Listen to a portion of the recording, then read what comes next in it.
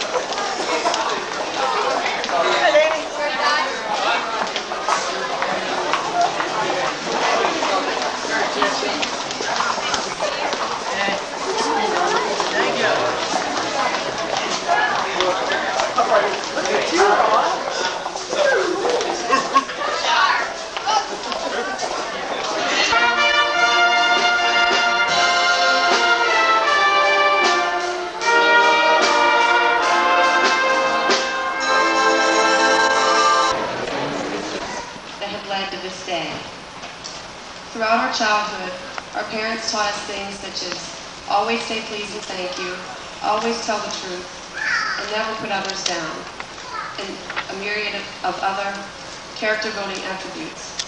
This is the foundation on which we built our lives over the next few years. As we moved into grade school and junior high, we began to realize just how much knowledge and education was out there in the world. We also began to realize how very little of it we possessed. And so, to our list of character-building lessons was added a respect for education, a little bit of humility, and hopefully the desire to learn. With each passing year and each new field of knowledge, our teachers instilled in us more and more ways to face the world we face. I don't know how many times I've heard my fellow students say, when am I ever going to use this complicated math in life? Or why do we have to study the cultures of other people? What does it mean to us what other people are doing halfway across the world? I even asked those questions myself. It all seemed like such a waste. What I realize now is that we weren't just being taught facts and book learning, but a much deeper lesson was being given. What we gained from these seemingly useless classes was determination to get through the toughest of tasks. What we gained was an understanding that we are not the only people in the world, and that the world doesn't revolve around us. What we gained was some self-respect and respect for others. What we gained was a sense of responsibility and the realization of the importance of being reliable. But most importantly, we learned that nothing we were being taught was useless, and that everything our teachers were giving to us, we would use someday. Each little piece of knowledge that we have acquired over the past few years has finally added up to a valuable education. Tonight we receive our diplomas. This is one of the most important pieces of paper we'll ever have.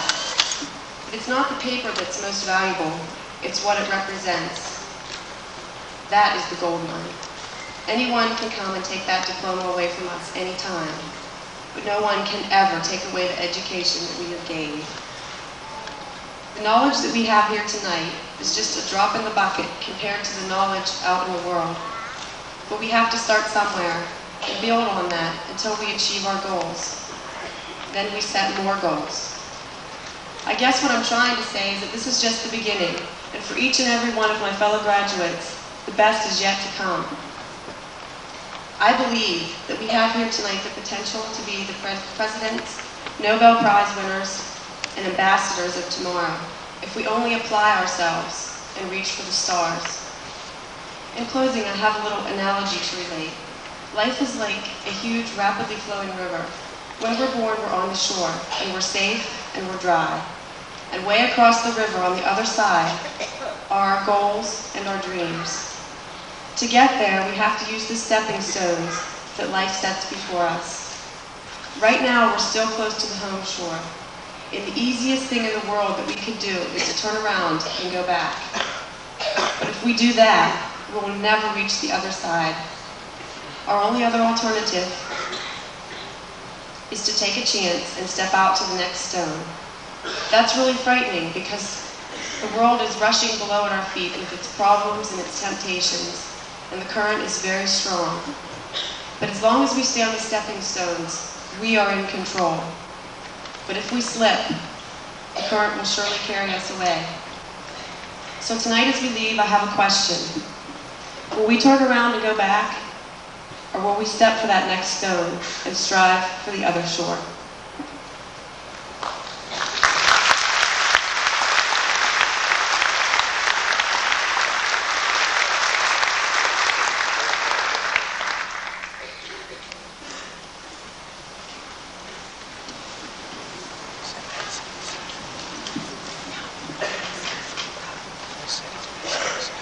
Until this past year, I always knew what I'd do with the rest of my life.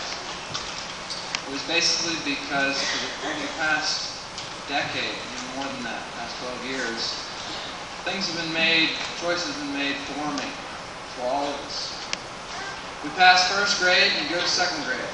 Past that, you go to third grade. It seemed like our entire lives. You'd go to school at a certain time, take certain classes. There was no choice. You'd come home on the bus and you'd ask, you wouldn't ask your mom, say, hey, can I have some veal parmesan and a side of spaghetti? No, you had liver. You ate it. You didn't have a choice. In our lives, we usually don't have a choice in the beginning years. In high school, we learn to choose our own courses and things, and we have a little bit of freedom. This past year, I had a choice to make. I could either stay here at Reynolds and take that same set of courses like everybody else, or I could go to Thiel College and take a whole load of courses there. And I did that. And I found out a little bit of what the other side is like. I found out what that real world, the world that is not just going to school, is like. Going to Thiel taught me a lot of things. The fact that choices are part of growing up. And with choice, you gain responsibility. Going to Thiel, I had to drive approximately 10,000 miles since last September, just going back and forth to class. I paid several $100 worth of dollars for books and materials and supplies. They're all choices I had to make, and they improved my life. They made me grow. And what's really amazing is that half the classes, over half the classes I took there at Thiel, some way, directly or indirectly, related to learning how to make choices. I feel that's why we took those courses that were like metal shop and wood shop, the things that we said, why are we here? I'm not going to use this. It was because we were learning how to make choices. In logic, I learned how to make clear and reasonable choices. Philosophy, I learned how to make ethical choices, moral choices. Public speaking, I was shown how to use those two fields in verbal addresses. In history, something that's studied in any school that I've ever seen, we study the past choices so that we don't make the same mistakes twice. In economics, my professor there would be extremely proud of me because I'm relating economics to real life. Economics in its primitive form, as you guys might not have heard the definition, is the study of how people make choices. That's all it is. And by taking those courses, I'm a little bit more understanding of how the world works and why. And I've grown. All of us here are not going to go to college. I know some people, some dear friends of mine, are going to be going to the armed services, some technical schools, private schools, finishing schools, and some of them are going to go into that thing called real life. They're not going to be on their own just yet because the parents, I'm sure, are going to help them along for a while. But at some point in time, we're going to have to make all of those choices, each and every one of us. And when that happens, we'll assume entire and total responsibility for our lives. When we do that, I sincerely hope and pray that we, the class of 1989, will strive to make the most ethical, moral, logical, and appropriate choices that affect our lives, the lives of the people we touch, and the lives of the people that we don't even know.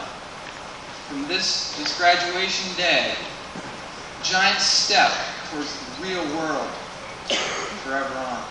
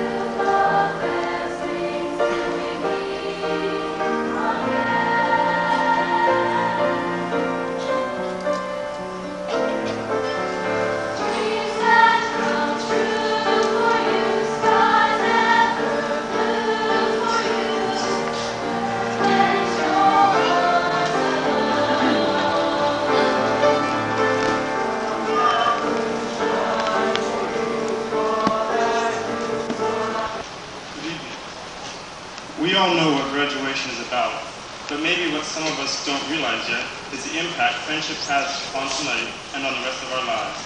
I'd like to read for you a quote from a very old and wise man.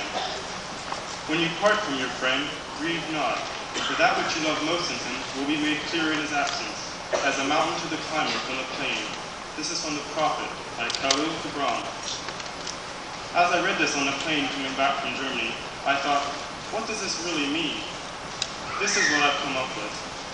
We are now facing one of the biggest challenges of our lives, and this challenge includes the absence of our friends. These people here on stage with me make up the class of 1989, and we are all friends.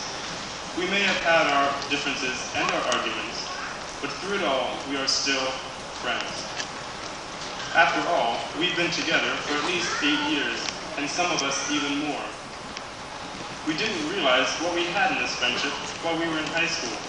We took advantage of it, ignored it, but now we have begun to see what it really meant. Having been away from my friends for a year, it really made me realize how important friendship is. We have needed each other to help us get through high school, and we will need each other and this friendship of the same type every day of our coming lives. Later, we will look back on our years at Reynolds and remember everything we did with our friends, from the time someone said hello to us in the hall to the time we told all to our best friends. We will have some great memories to look back on. We begin to see now just how high up on that mountain we really are. It will be a bittersweet moment when we move over our castles.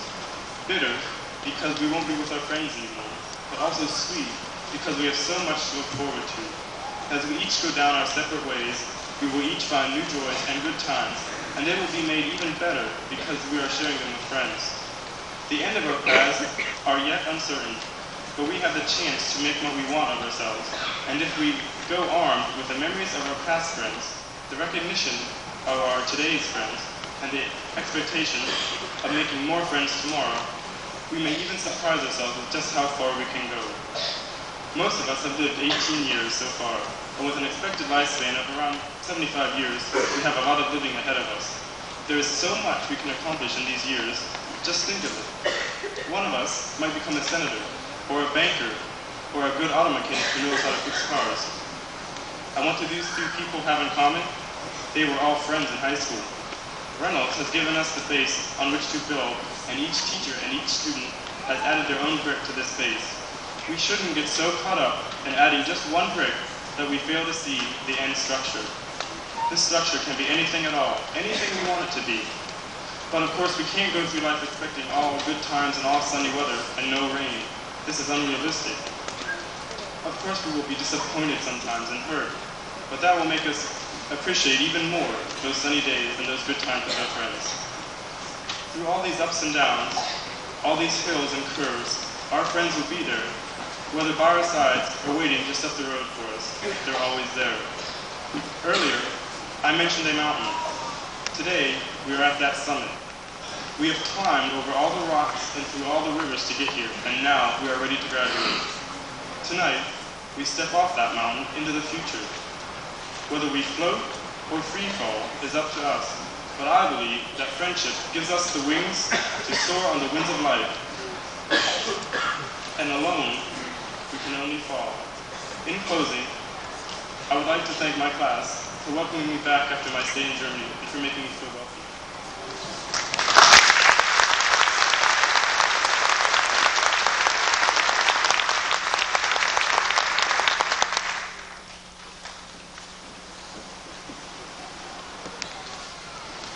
Many of us have chosen to further our education, and once we have finished with it, whether it be college or some other kind of training, a whole new set of responsibilities and a new independence will be placed upon us.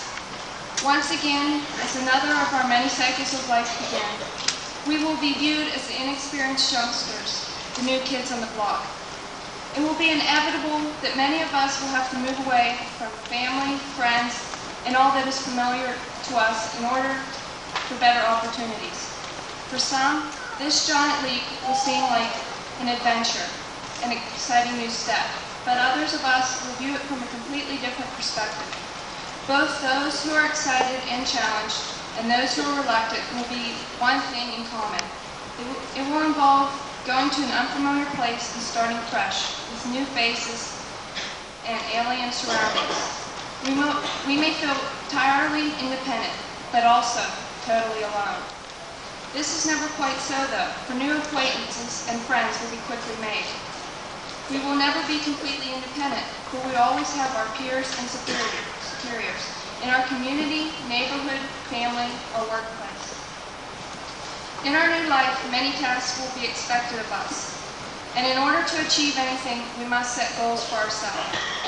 Our goals must be challenging and numerous, for they will be the stepping stones for success.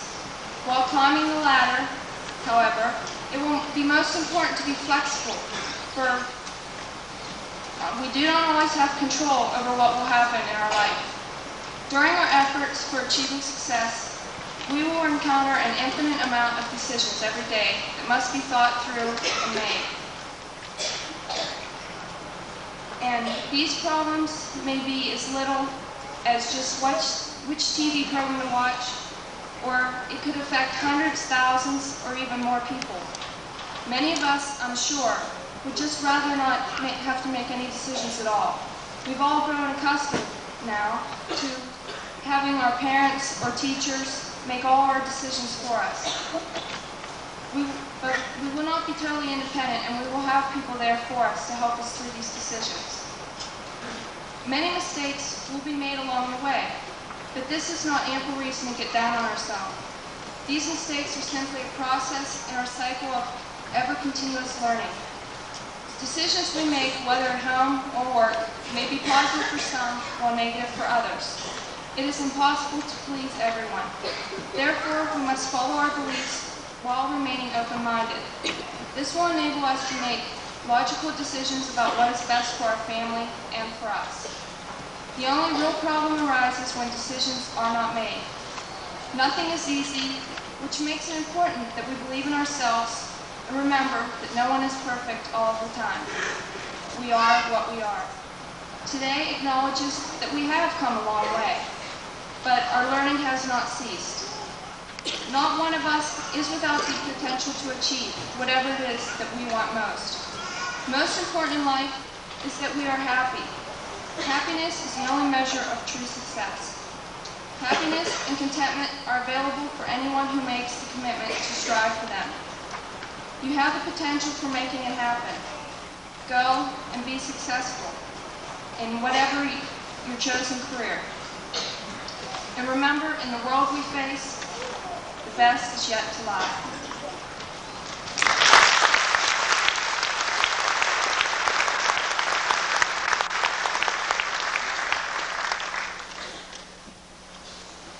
Of their class. On behalf of the Board of School Directors, I congratulate all of the graduating class. Graduation marks a significant achievement. You should take pride in it and enjoy it. But I urge you not to be complacent about it, because whether or not you go on to school, your education is not finished. It has just begun. I hope that as you leave Reynolds High School, you will carry with you a commitment to learning, which you will never abandon. You face a future and a world which will be truly exciting, I think, and also awesome. And whether you realize it or not, you cannot afford to stop being students, to stop learning. I hope that as you leave Reynolds, that you have a sense of satisfaction about your education here.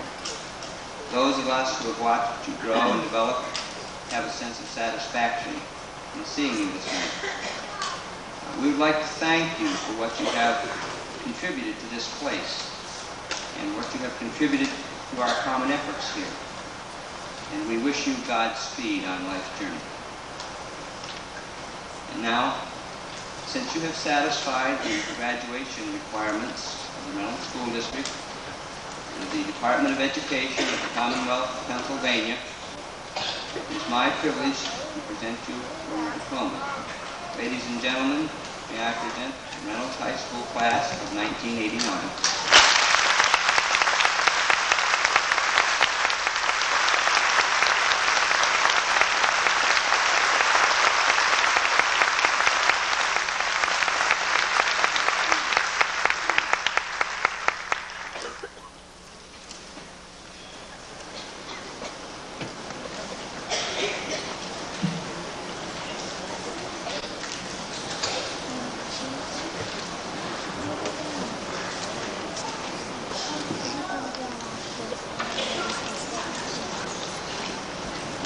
things to say before we start giving the diplomas out. First, I'd like to say good evening, parents, relatives, friends, and honored graduating seniors. And welcome to this 29th annual commencement of this distinguished Reynolds High School, an integral part of an even more highly distinguished school district. According to our friend Mr. Webster, Noah, distinguished means eminent, which in turn means exalted or illustrious. But the idea of distinguished is what I'd like to focus on for just a few minutes. I'm not yet ready to pronounce this class as having an exalted or eminent status, because that would place these young men and women in a situation where there would be only one way to go. And I think we all know which direction that is. I do believe, however, that we can correctly and fearlessly use the word distinguished as long as we all recognize that there are certain limitations to that usage. In truth, this class has distinguished itself as a group, as well as individually, many times over. For example, there were 34 students with a cumulative grade point average of 3.25 or above, and 20 of those students were better than 3.5. 18 of the students have received Presidential Academic Fitness Awards, which require high scholarship, leadership, service to others, and involvement in student life. Qualities which are similar to the National Honor Society standards, of which there were 31 senior members. 3 students received the Mercer County Hall of Fame Award. 2 were chosen for the U.S. Army Reserve Scholar Athlete Award. 1 received the Daughters of the American Revolution Good Citizen Award. 1 received the Principal's Leadership Award, and 1 was selected for the College Club of Sharon English Award. We have students who have won engineering awards from various businesses and industries, science awards, general education awards, architectural, design, and drafting awards, and a variety of awards from various unions in the area, including the Reynolds Education Association and the United Steelworkers of America, District 20. In addition, another 20 students have won institutional and special scholarships, totaling well over $125,000 to pursue additional educational opportunities. Another group of students, numbering approximately 12, received awards in the areas of athletics, citizenship, music, school spirit, sportsmanship, and writing, in the category of outstanding contributions to school life. Yet another dozen students received awards for being the outstanding student in various areas of study, including art, academics, business, English, industrial technologies, journalism, vocational technical school, foreign languages, and homemaking. There were another 20 or so students receiving a wide variety of recognition, such as selection to district and regional band and chorus, winning the local Reynolds VFW Voice of Democracy contest, receiving commendation for the National Merit Scholar Program, winning various competitions at the Youngstown State University English Festival, placing first in various art exhibits, winning the Sharon Herald's 125th Anniversary Essay Contest, winning Kent State University's Journalism Competition, distinguishing themselves at the Model Youth Legislature Convention, being selected for the State FFA Contest, and on and on and on. Finally, we even had 2 of our students win state championships in PIAA athletics competition, 1 in wrestling and 1 in the javelin event in track and field. I think you get the picture. At Reynolds, we do not focus simply and solely on the sciences and mathematics, although we do very well in those as well as other academic areas. What we do is attempt to provide a wide variety of disciplines and interests for all of our students.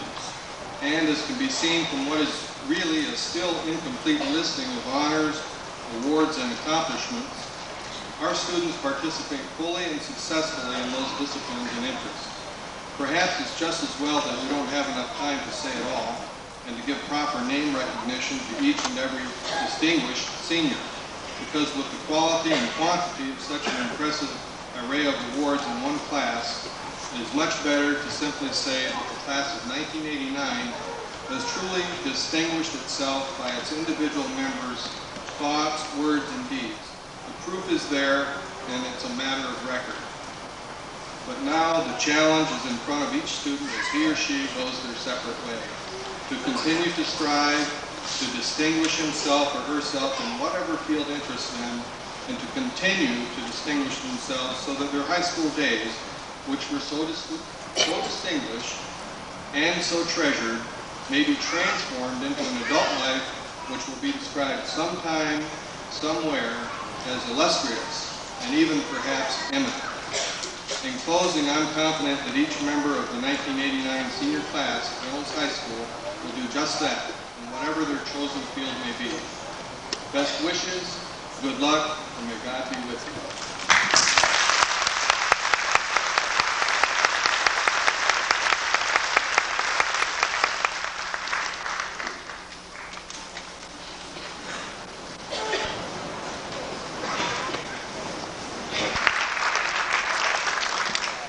Brockway, Steve Bazzo, Rebecca Liska, Colleen Kearns,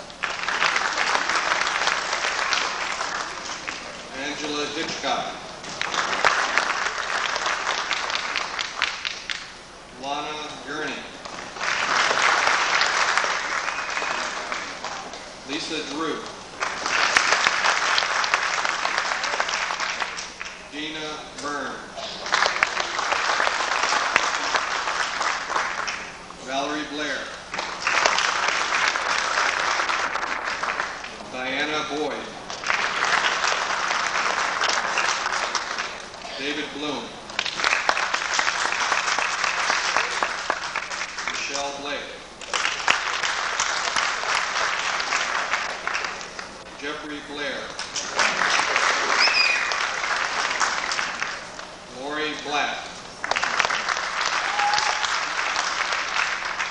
Lance Bean, Stephen Baya,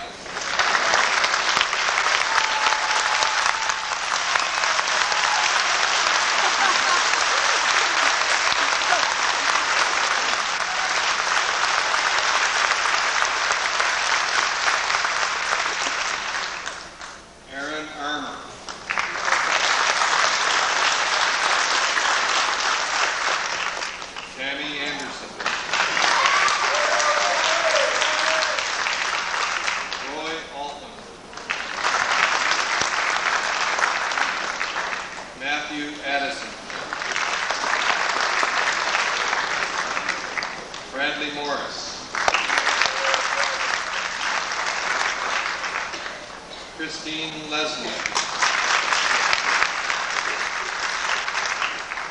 Timothy Colson, Charlene Kuhn, Gina Schellenbarger,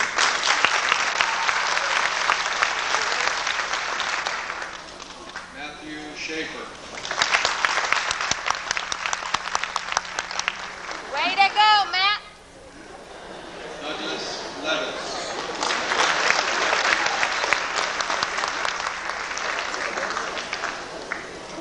last but not least, Class President Joel Link.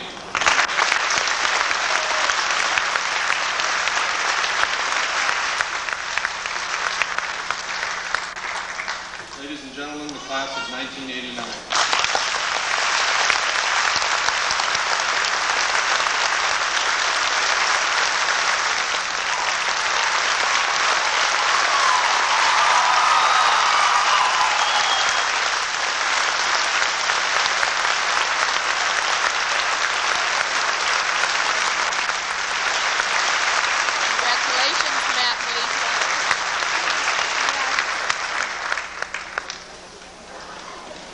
Let us stand and join the class of 1989 for our benediction.